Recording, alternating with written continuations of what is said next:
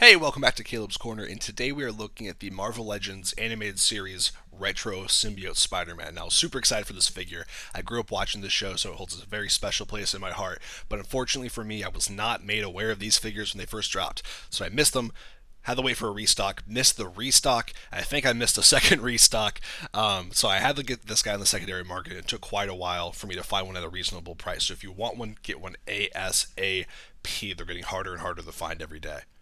And as always, you have this gorgeous art card that you get on the rest of the retro figures. I absolutely love this packaging. I don't keep packaging, but if I did, this would be the one I'd keep. On the back here, you see the instructions on how to swap out the extra accessories, the extra hands, which I appreciate that we got. The open wall crawling hands and the thwipping hands. On the bottom, you'll see the rest of the figures from this specific wave of this retro line. And as always, if you'd like, you can pause right now and read the read up here on the back of the packaging for the Symbiote Spider-Man. All right, now I'm really excited about this figure, so let's go ahead and open him up and get him out of the packaging.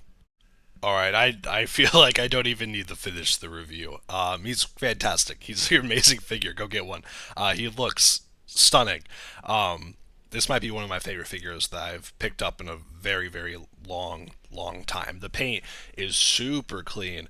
This is probably the best I've seen the symbiote spider look on any figure I've had before, even growing up. Like the lines in the back here where the legs line up is pretty perfect. Other than like if you crunch it all the way back, it looks a little weird. But this is everything else is great.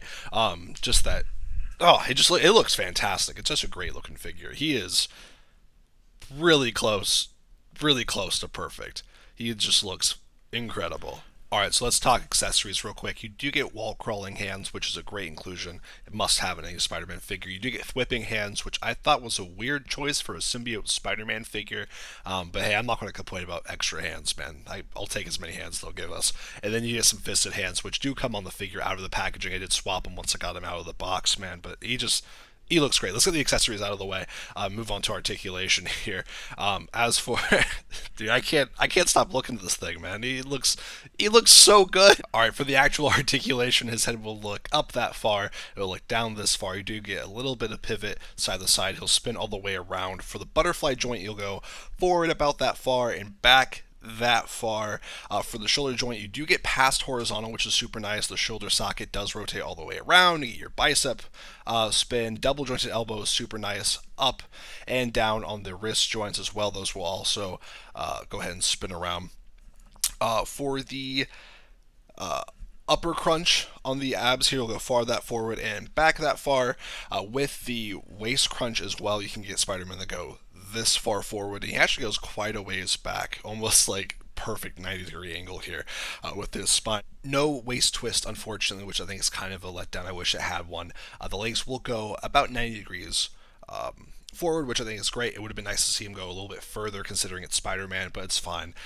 Going back about that far, you do also get about near perfect splits with the Spider-Man figure. I would have loved to have seen perfect, but near is fine. You get the upper thigh cut, double jointed knee, which is fantastic as always. The foot will go this far forward and then about that far back, and you get a great ankle rocker as almost any Spider-Man figure does, and then you get the calf cut as well. Fantastically articulated Spider-Man figure overall, though. I think the only thing I would change would be to add that waist swivel, though I guess you could argue that ball joint at the top of the diaphragm does kind of function the same, but it would have been nice to have both means of articulation.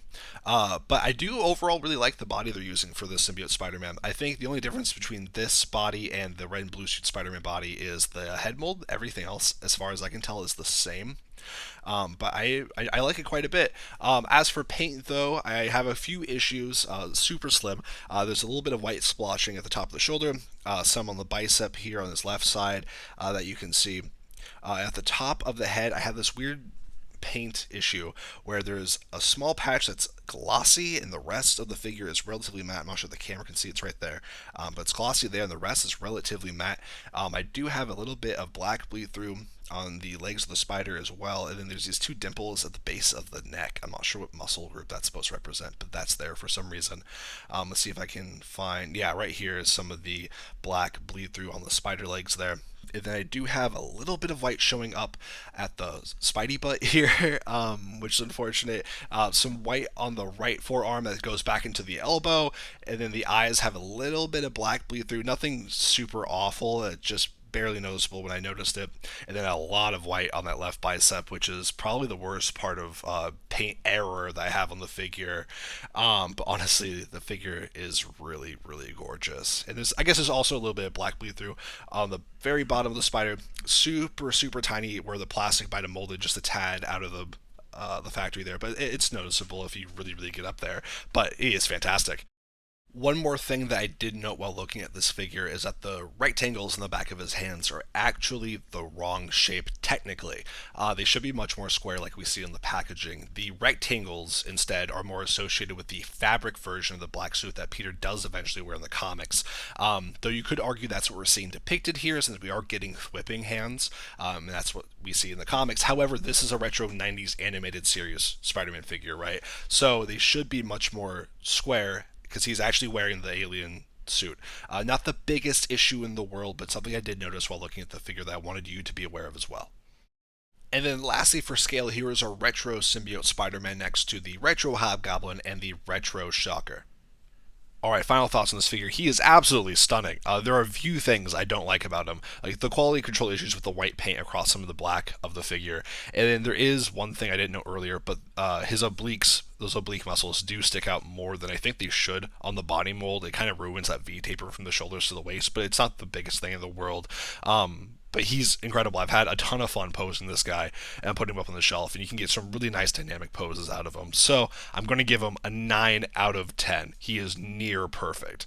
And that is going to do it for this figure review of the Marvel Legends Retro Symbiote Spider-Man. I love this guy and cannot recommend him enough. Do yourself the favor of picking one up. If you already have one, let me know your thoughts down below. If there's anything I missed or anything you disagreed with, I'd love to hear from you in the comment section down below. Thank you so much for watching and sticking around to the end, and we'll see you next time at Caleb's Corner.